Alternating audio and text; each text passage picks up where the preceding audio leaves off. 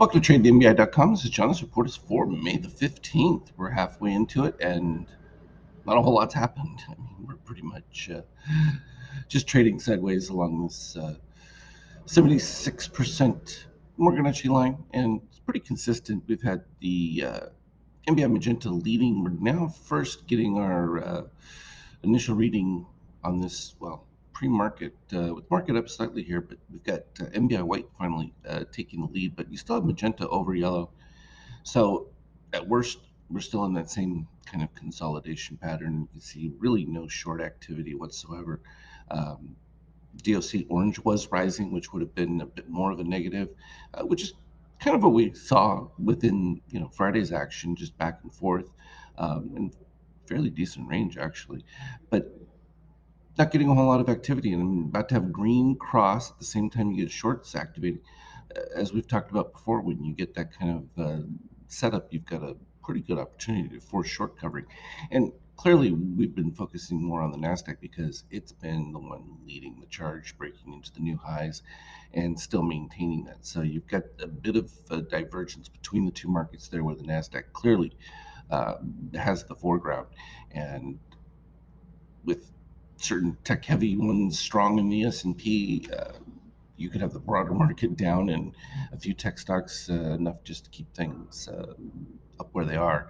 And given the fact that all the doom and gloom really hasn't played out that a lot of people have been talking about, I've always been saying here that the pain trade was to the upside, and it's proven to be accurate. It's been a lot of consolidation in between it, and it's always in that fear that the upside gets a little bit more because people are always hedging or not fully active in the setup, and then things start getting behind them, and that really creates the explosive growth because then people think they've missed the boat. And certainly the sell-in may go away has not panned out very well for the classic model. From a treasury standpoint, of course, yields keep rising despite the fact that as much money's flowed in, it's reduced the rate, but the TLT still got to move down because the Fed hasn't softened. There's no real reason to, and if they can keep oil in a reasonable area, which currently is, and particularly a break of the 70, getting down towards the mid 60 range would be pretty darn strong. I think it would be enough to offset quite a bit of what we've seen from the rate increases. Because literally, for the first time in over a decade, you're finally getting into what would be a normalized environment with rates in that. As much as people complain about it and everything, it's the way it was for the longest time. So, um, the job owning doesn't really matter. It's where the money goes. And the interesting aspect of it, though, is from a treasury standpoint, unless the market breaks out, you know, be better to be in treasuries than it would be to be in the stock market given the returns. So I would expect the market to outperform going forward to compensate for that. It's just the way it's going to be. I mean, you're not getting horrible readings from the economy. I mean, it's not great, but that's all right. It's chugging along. I mean, you're not looking at dramatically negative situations. Now, that doesn't mean it's not going to start building over time, but we're going to see the effects of those. This transition in real estate, the banking crisis, and that, the backwards QE that the Fed has been doing kind of combats it to some degree, but they're going to continue to provide liquidity. And as long as you know you have your too big to fails, uh, fine. It's just a reallocation of money from regional and local banks to the bigger ones, which I don't know that from a Fed standpoint is all that bad a situation. It's not great, for your regional lenders and stuff, but it is what it is. They just misplayed. Well, they just didn't follow what the Fed said it was going to do, which was raise rates, and they kept treasuries that were too cheap. From a euro standpoint, we've just filled in some positive extremes. Again, the dollar is going to be under a lot of pressure overall, and that's simply because it's being used less and less in reserve status, and that's just a policy error based on choices for foreign policy from the U.S. So that's just going to continue. No surprise with any of those. From a gold standpoint, I still think that net positive for gold, despite the fact that you may see some inflation easing.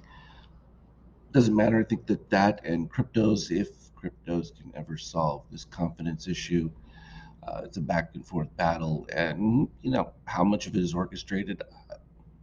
You get a nice run up, and then all of a sudden you have some kind of confidence issue. We can sell out, and it's just an opportunity for uh, bigger hands to hold on to it, to sell into the up move, buy the down move, and rinse and repeat.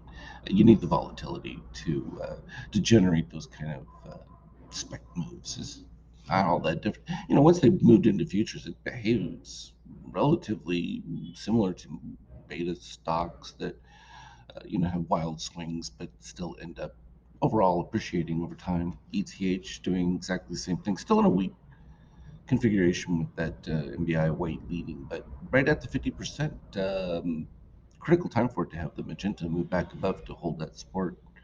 So it's interesting. They're still utilizing similar modalities that you would find in regular trading. So once you get the futures market on some of these things, things begin to stabilize. And yes, this is an opportunity for manipulation, whatever, but okay, welcome to the real world. People want to live in their utopia. Good luck with that. This is the hard realities, and you can see where this trading range shows up quite nicely here.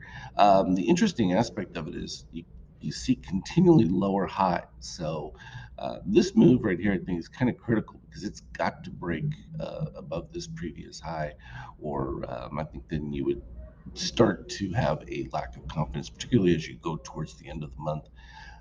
That would not be great. And from a 5K standpoint, you can see the post market right here. This is the ridiculousness of minute chart versus a tick chart. We have far fewer bars in this in general, but you can see this is all positive extreme activity. So even a pullback into the 41.38 range would not be out of the question.